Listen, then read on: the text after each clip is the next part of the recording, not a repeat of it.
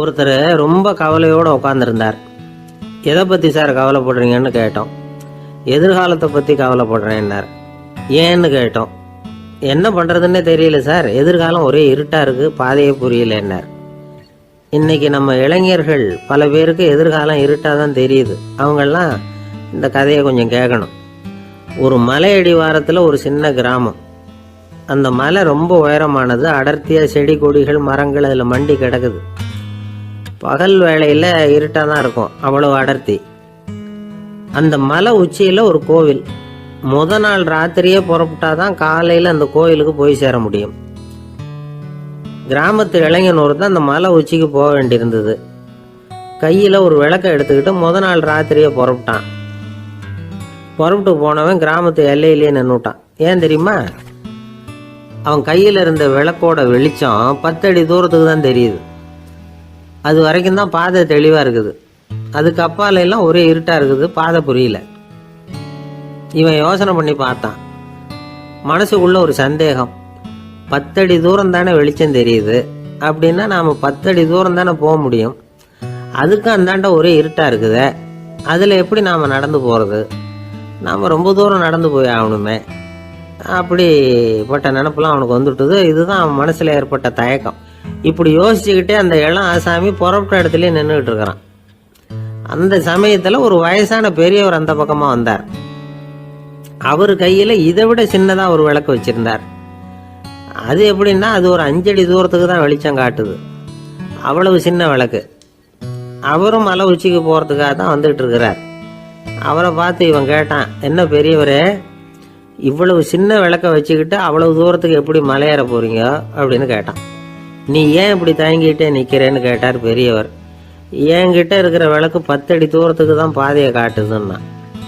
இப்போ பெரியவர் சொன்னார், தம்பி, உன் கையில் இருக்கிற விளக்கு கொடுக்குற வெளிச்சத்தை வச்சு நீ முதல்ல 10 அடி தூரம் முன்னாடி போ. 10வது அடியில் போய் நின்றுக்கிட்டு பாரு, மறுபடியும் ஒரு 10 அடி தூரத்துக்கு பாதை தெரியும். இப்படி உன் கையில் இருக்கிற விளக்கு தொடர்ந்து வெளிச்சம் காட்டிக்கிட்டே இருக்கும். நீ முன்னேற முன்னேற அந்த வெளிச்சமும் முன்னேறும். அதனால் எத்தனை கிலோமீட்டர் தூரம் வேணும்னாலும் நீ இந்த 10 அடி தூரம் வெளிச்சத்தை வச்சுக்கிட்டே நீ போயிடலாம், புறப்படு அப்படின்னார்.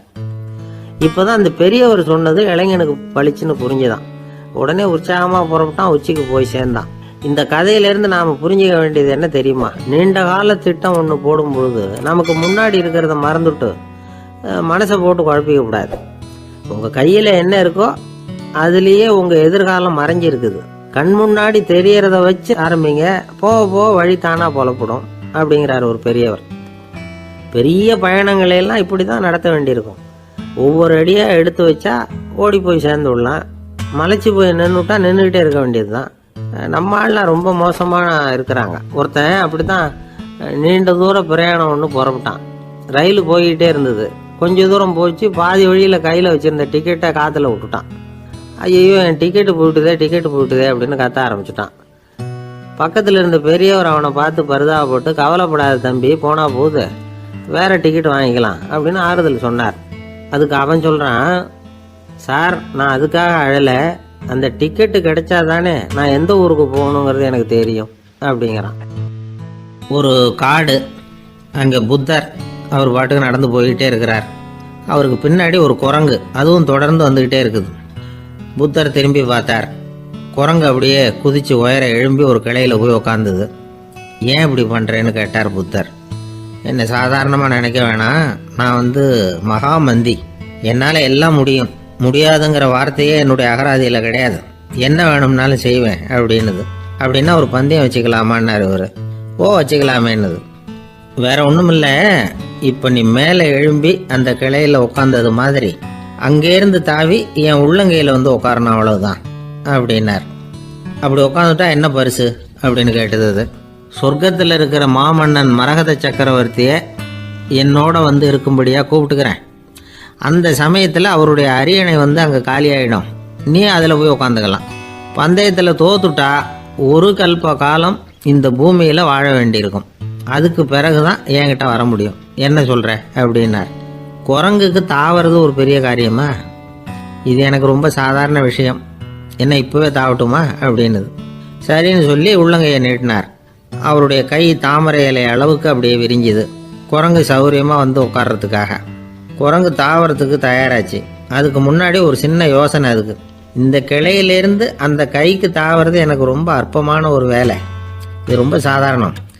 என்னுடைய கௌரவத்துக்கு இது சரியாக இருக்காது. அதனால் நான் என்ன பண்ண போகிறேன்னா, இங்கேருந்து கிளையிலேருந்து அப்படியே உயர எழும்ப போகிறேன். எழும்பி மேல் உலகம் போய் அங்கே ஒரு சுற்றி விட்டு அதுக்கப்புறம் அங்கேருந்து நேராக வந்து இந்த கையில் உட்கார போகிறேன் அப்படின்னு நினச்சது. என்ன யோசிக்கிற அப்படின்னார் புத்தர். ஒன்றுமில்லை, இந்த பாயிரம் பார் அப்படின்னு சொல்லி தாவி உயர போயிட்டுது. கொஞ்ச நேரத்தில் வான உலகத்துக்கே போய் சேர்ந்துட்டுது. அங்கே போய் பார்த்தா அங்கே ஒரு 5 பளிங்கு தூண்கள் இளம் சிவப்பு நிறத்தில் நின்றுக்கிட்டு இருக்குது. குரங்கு நினச்சிக்கிட்டுது, புத்தர்கிட்ட போய் இந்த பளிங்கு தூண்களை பார்த்தோம்னு சொன்னால் அப்படியே திகைச்சு போயிடுவார். இந்த தூணில் ஏதாவது அடையாளம் செஞ்சுட்டு போகணும் அப்படின்னு அந்த இடத்துல மிதந்துக்கிட்டே நினச்சிது. உடனே ஒரு தூணில் எழுதிச்சு. என்ன எழுதிச்சுன்னா, ஒரு மகா ஞானி இங்கே வந்துட்டு போகிறார் அப்படின்னு எழுதிச்சு.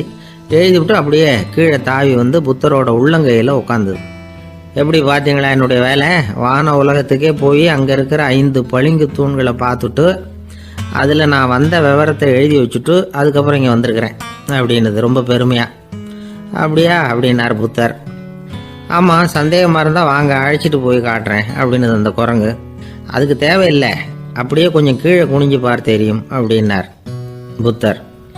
அங்கே பார்த்தா புத்தரோட உள்ளங்கை தெரிஞ்சுது. நல்லா ஒத்து பார்த்துது. அவரோட ஒரு விரலில் அது எழுதிய வாசகம் தெரிஞ்சுது. குரங்கு யோசனை பண்ணிச்சு, அப்படின்னா வானத்தில் நான் பார்த்தது புத்தரோட விரல்களா அப்படின்னு யோசிச்சுது. இதை புரிஞ்சுக்கிட்ட உடனே அந்த குரங்கோட கர்வம் அழிஞ்சு போச்சான். நம்ம மனசு தான் இந்த குரங்கு. மனம்ங்கிறதும் ஆணவம்ங்கிறதும் ஒரு நாணயத்தின் 2 பக்கங்கள். மனம் உள்ளவரை ஆணவமும் இருக்கும். மனம் அழிஞ்சாதான் ஆணவம் அழியும். மனம் அழிய வேண்டும் அப்படின்னு பெரியவங்க சொல்கிறது இந்த அர்த்தத்தில் தான். நம்ம ஆளுங்க சவால் விடுறதெல்லாம் வேறு மாதிரி. ஒருத்தன் ஒரு வாய்க்காலை தாண்டுறேன்னு பந்தயம் கட்டி தாண்ட முடியாமல் வாய்க்காலில் விழுந்து காலை உடச்சிக்கிட்டு கட்டு போட்டுக்கிட்டு வந்தான். ஏன்டா அப்படின்னு கேட்டாங்க. நான் பந்தயம் கட்டின நேரம் சரியில்லை அப்படின்னா. எப்படிறான்னு கேட்டிருக்காங்க. வாய்க்காலில் தண்ணி இருக்கிற நேரமாக பார்த்து பந்தயம் கட்டியிருக்கணும் அப்படின்னானா.